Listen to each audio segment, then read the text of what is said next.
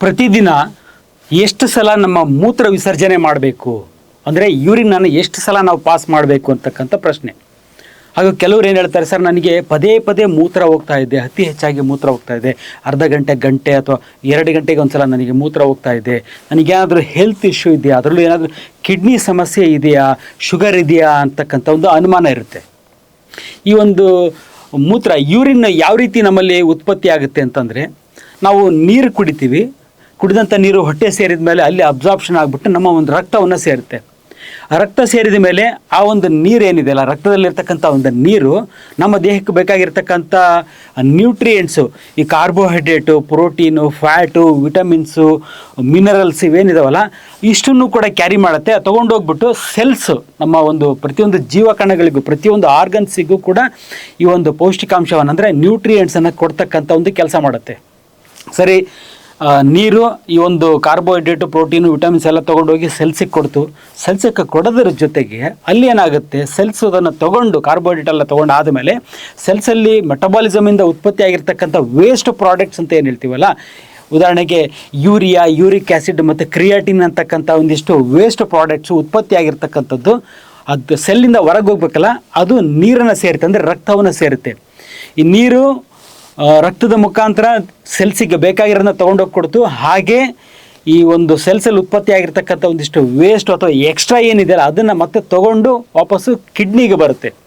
So blood ಯಾವಾಗ ಕಿಡ್ನಿಯನ್ನು reach ಆಗುತ್ತೋ, ಅಲ್ಲಿ ಕಿಡ್ನಿ ರೀಚ್ ಆದಾಗ ನಮ್ಗೆ ಅವಶ್ಯಕತೆ ಇರೋದು ಅಷ್ಟೇ ನಮ್ಮ ರಕ್ತದಲ್ಲಿ ಉಳ್ಕೊಳ್ಳುತ್ತೆ. ನಮ್ಗೆ ಅವಶ್ಯಕತೆ ಇಲ್ಲದೇ ಇರ್ತಕ್ಕಂಥದ್ದು ಅಂದರೆ ಈ ಮೆಟಬಾಲಿಕ್ ವೇಸ್ಟ್ ಪ್ರಾಡಕ್ಟ್ಸ್ ಏನು ಹೇಳಿದಲ್ಲ, ಯೂರಿಯಾ, ಯೂರಿಕ್ ಆ್ಯಸಿಡ್, ಕ್ರಿಯಾಟಿನ್ ಆಗಿರ್ಬೋದು, ಅಥವಾ ಎಕ್ಸ್ಟ್ರಾ ಇರ್ತಕ್ಕಂಥ ಒಂದಿಷ್ಟು ಮಿನರಲ್ಸು, ಸೋಡಿಯಮ್ಮು, ಪೊಟ್ಯಾಷಿಯಮ್ ಮತ್ತು ಕ್ಲೋರಿನ್ ಇವೆಲ್ಲ ನಮ್ಮ ದೇಹದಿಂದ ಹೊರಗೆ ಹೋಗುತ್ತೆ. ಇಲ್ಲಿ ಕಿಡ್ನಿ ಮುಖಾಂತರ ಹೊರಗಡೆ ಹೋಗುತ್ತೆ.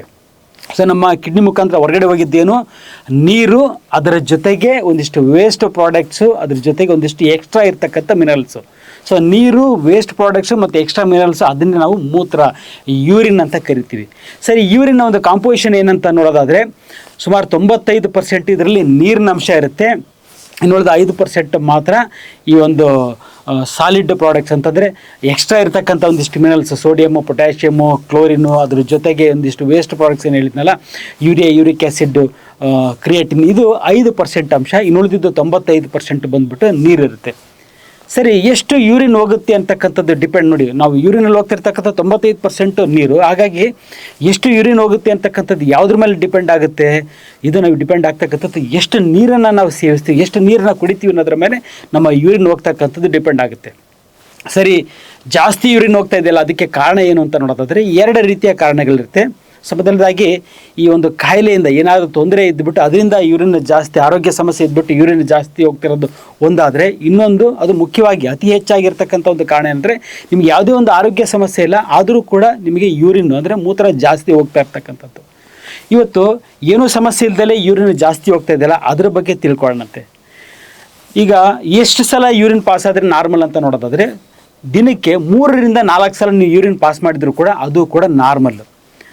ಅಲ್ಲಿಂದ 3 ರಿಂದ 4, ಅಲ್ಲಿಂದ ಹೆಚ್ಚಾಗಿ 7, 8 ಸಲ, ಇವನ್ 10 ಸಲ ಪಾಸ್ ಮಾಡಿದ್ರು ಕೂಡ ಅದನ್ನು ಕೂಡ ನಾರ್ಮಲ್ ಅಂತ ಕನ್ಸಿಡರ್ ಮಾಡ್ತೀವಿ. ಅಂದರೆ 4 ರಿಂದ ಹಿಡಿದು 10 ಸಲ ನೀವು ಯೂರಿನ್ ಪಾಸ್ ಮಾಡಿದ್ರು ಕೂಡ ಅದನ್ನು ನಾರ್ಮಲ್ ಅಂತ ಕನ್ಸಿಡರ್ ಮಾಡ್ತೀವಿ. ಸರಿ, ಯಾಕೆ ಹೀಗೆ 4 ರಿಂದ 10 ಸಲ ಆಗುತ್ತೆ ಅಂತ ನೋಡೋದಾದರೆ, ಯೂರಿನ್ ಹೋಗ್ಬಿಟ್ಟು ಕಲೆಕ್ಟ್ ಆಗ್ತಕ್ಕಂಥದ್ದು ಯೂರಿನರಿ ಬ್ಲಾಡರ್ ಅಂತೇಳಿ, ಅಂದರೆ ಮೂತ್ರಕೋಶ ಅಂತ ಹೇಳ್ತಿಲ್ಲ, ಅಲ್ಲಿ ಹೋಗಿ ಯೂರಿನ್ ಕಲೆಕ್ಟ್ ಆಗುತ್ತೆ. ಅದರ ಒಂದು ಕೆಪಾಸಿಟಿ ಬಂದುಬಿಟ್ಟು 400 ml ಮಾತ್ರ. 400 ml ಅಷ್ಟೇ ಕಲೆಕ್ಟ್ ಆಗ್ತಿದ್ದಾಗೆ ನಮಗೆ ಯೂರಿನ್ ಪಾಸ್ ಮಾಡಬೇಕು ಅಂತಕ್ಕಂಥ ಒಂದು ಸೆನ್ಸೇಷನ್ ಫೀಲ್ ಆಗುತ್ತೆ, ನಾವು ಯೂರಿನ್ ಪಾಸ್ ಮಾಡ್ತೀವಿ. ಸೊ ಹಾಗಾಗಿ ಆಲ್ಮೋಸ್ಟ್ ಒಂದು 4 ರಿಂದ 5 ಸಲ ಪ್ರತಿದಿನ ನಾವು ಯೂರಿನ್ ಪಾಸ್ ಮಾಡ್ತಕ್ಕಂಥದ್ದು ನಾರ್ಮಲ್ಲು. ಸರಿ, ಯಾವಾಗ ಇದು ಜಾಸ್ತಿ ಅಂತ ಆಗುತ್ತೆ ಅಂದರೆ ಯೂರಿನ್ ಪಾಸ್ ಮಾಡೋದನ್ನು ಯಾವಾಗ ನಾವು ಜಾಸ್ತಿ ಆಗುತ್ತೆ ನಮ್ಮಲ್ಲಿ, ಅಂದರೆ ಯಾವುದೇ ಕಾಯಿಲೆ ಇಲ್ಲ ಆದರೂ ಕೂಡ ಜಾಸ್ತಿ ಆಗುತ್ತಲ್ಲ, ಅದು ಯಾವಾಗ ಅಂತ ನೋಡೋದಾದರೆ, ಒಂದನೇದು 3 ಫ್ಯಾಕ್ಟರ್ಸು. ಒಂದನೇದಾಗಿ ನೀರು, ಎರಡನೇದಾಗಿ ವೆದರ್, ವಾತಾವರಣ, ಮೂರನೇದಾಗಿ ನಾವು ಸೇವಿಸ್ತಕ್ಕಂಥ ಆಹಾರ. ಈ 3ರಿಂದನೂ ಕೂಡ ನಮ್ಮ ಯೂರಿನ್ ಔಟ್ಪುಟ್ಟು ಸ್ವಲ್ಪ ಜಾಸ್ತಿ ಆಗುತ್ತೆ. ಸೊ ಮೊದಲನೇದಾಗಿ ವಾಟರ್, ನೀರು. ಸರಿ, ನಾವು ಪ್ರತಿದಿನ ಎಷ್ಟು ನೀರು ಬೇಕು ನಮ್ಮ ದೇಹಕ್ಕೆ ಅಂತ ನೋಡೋದಾದರೆ 2 ಲೀಟ್ರಷ್ಟು ನೀರು ಬೇಕು ಅಂತ ಹೇಳ್ತೀವಿ. ಹೌದು, ಸತ್ಯ, ಅದು 2 ಲೀಟ್ರ್ ನಮಗೆ ನೀರು ಬೇಕು ಅನ್ನೋದು ಸತ್ಯ. ಬಟ್ ಅಷ್ಟೇ, ಇನ್ನೊಂದು ಸತ್ಯ ಏನಂತ ಅಂದರೆ, ಅಷ್ಟೂ ನಾವು ನೀರಿನ ಮುಖಾಂತರನೇ ನೀರು ಕುಡಿದೇ ತಗೋಬೇಕಂತ ಒಂದು ಅವಶ್ಯಕತೆ ಇಲ್ಲ. ಯಾಕಂದರೆ ನಾವು ಸೇವಿಸ್ತಕ್ಕಂಥ ಆಹಾರದಲ್ಲೂ ಕೂಡ ನೀರಿನಂಶ ಇರುತ್ತೆ. ನೀವು ಜಸ್ಟ್ ಬರೀ ಅನ್ನ ಸಾಂಬಾರನ್ನು ಉಪಯೋಗಿಸಿದ್ದೀರಾ ಅಂತಂದರೆ ಅದರಲ್ಲೂ ಕೂಡ ಒಂದು 60 ರಿಂದ 70% ನೀರಿನಂಶ ಇರುತ್ತೆ. ಸೊ ಹಾಗಾಗಿ ನಾವು ಆಹಾರದಲ್ಲಿ ನಮಗೆ ಎಷ್ಟು 2 ಲೀಟ್ರ್ ನೀರು ಬೇಕು ಅಂತಂದರೆ ಆ ಒಂದು 2 ಲೀಟ್ರ್ ನೀರಿನಲ್ಲಿ ಒಂದು ಮುಕ್ಕಾಲು ಭಾಗ ನೀರು ನಾವು ಸೇವಿಸ್ತಕ್ಕಂಥ ಆಹಾರದಲ್ಲಿ ಸಿಗುತ್ತೆ. ಇನ್ನು ಎಕ್ಸ್ಟ್ರಾ ನೀರು ಎಷ್ಟು ಬೇಕು ಅಂತಂದರೆ ಒಂದು ಕಾಲು ಭಾಗದಷ್ಟು, ಅಂದರೆ 2 ಲೀಟ್ರಷ್ಟು ನೀರು ನಮ್ಮ ದೇಹಕ್ಕೆ ಬೇಕು ಅನ್ನೋದಾದರೆ ಆಲ್ಮೋಸ್ಟ್ 1-1.5 ಲೀಟ್ರಷ್ಟು ನಮ್ಮ ಆಹಾರದಲ್ಲಿ ಸಿಗುತ್ತೆ. ಇನ್ನು ಉಳಿದ ಒಂದು ಅರ್ಧ ಲೀಟ್ರಿಂದ 1 ಲೀಟ್ರಷ್ಟು ಮಾತ್ರ ನಾವು ನೀರಿನ ರೂಪದಲ್ಲಿ ಕುಡಿಬೇಕಾಗುತ್ತೆ. ಸೊ ಬಟ್ ಆದರೆ ಡಾಕ್ಟರ್ಸ್ ಅಡ್ವೈಸ್ ಯಾವ ರೀತಿ ಇರುತ್ತೆ, ಡಯಟಿಷಿಯನಿಸ್ಟ್, ನ್ಯೂಟ್ರಿಷನಿಸ್ಟ್ ಇವರ ಅಡ್ವೈಸ್ ಅಥವಾ ಯೂಟ್ಯೂಬ್ನಲ್ಲಿ ವಿಡಿಯೋ ಮಾಡಿ ಬಿಡ್ತಕ್ಕಂಥ ಯೂಟ್ಯೂಬರ್ಸ್ದ ಒಂದು ಅಡ್ವೈಸ್ ಏನಿರುತ್ತೆ ಅಂತಂದರೆ ನೀವು ಪ್ರತಿದಿನ 2 ಲೀಟ್ರ್ ಕುಡಿಬೇಕು, 3 ಲೀಟ್ರ್ ಕುಡಿಬೇಕು, 4 ಲೀಟ್ರ್, 5 ಲೀಟ್ರ್ ನೀರು ಕುಡಿಬೇಕು ಅಂತೆಲ್ಲ ಅಡ್ವೈಸ್ ಮಾಡ್ತಾರೆ. ಅಂದರೆ ಊಟ ಬಿಟ್ಟು ಅದ್ರ ಜೊತೆಗೆ ನೀವು ಕುಡಿಬೇಕಾಗಿರೋ ನೀರಿನ ಅಂಶ ಹೇಳ್ತಾರೆ ಇವರು.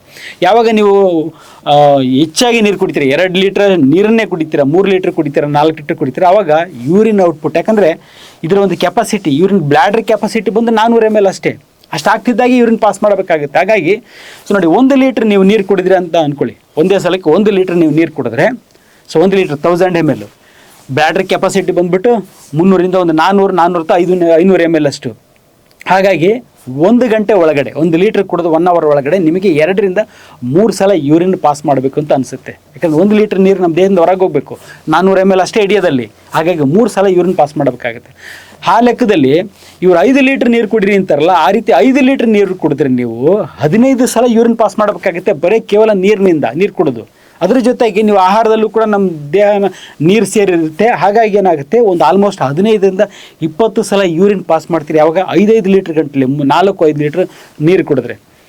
ಇನ್ನೊಂದು ಏನಾಗುತ್ತೆ, ನೈಟ್ ಒಂದು ಸಲ 2 ಸಲ ಯೂರಿನ್ ಪಾಸ್ ಆಗ್ಬಿಟ್ಟು ಎದ್ದು ಹೋಗ್ಬೇಕಾಗುತ್ತೆ, ನನಗೇನಾರ ಡಯಾಬಿಟಿಸ್ ಇದೆಯಾ ಅಂತಕ್ಕಂಥದ್ದು. ಸೊ ಡಯಾಬಿಟಿಸ್ ಇದೆಯೋ ಇಲ್ಲೋ ಅಂತ ತಿಳ್ಕೊಳ್ಳೋಕ್ಕಿಂತ ಮುಂಚೆ ನೀವೇನು ಮಾಡಬೇಕು ನೋಡಿ, ಸಾಮಾನ್ಯವಾಗಿ ಏನಾಗುತ್ತೆ, ರಾತ್ರಿ ಊಟ ಮಾಡಿಬಿಟ್ಟು ಹೊಟ್ಟೆ ತುಂಬ ಊಟ ಮಾಡಿ ಅದ್ರ ಜೊತೆಗೆ ಚೆನ್ನಾಗಿ 1 ಲೀಟ್ರಷ್ಟು ನೀರು ಕುಡಿದು ಮಲ್ಕೊತೀರ.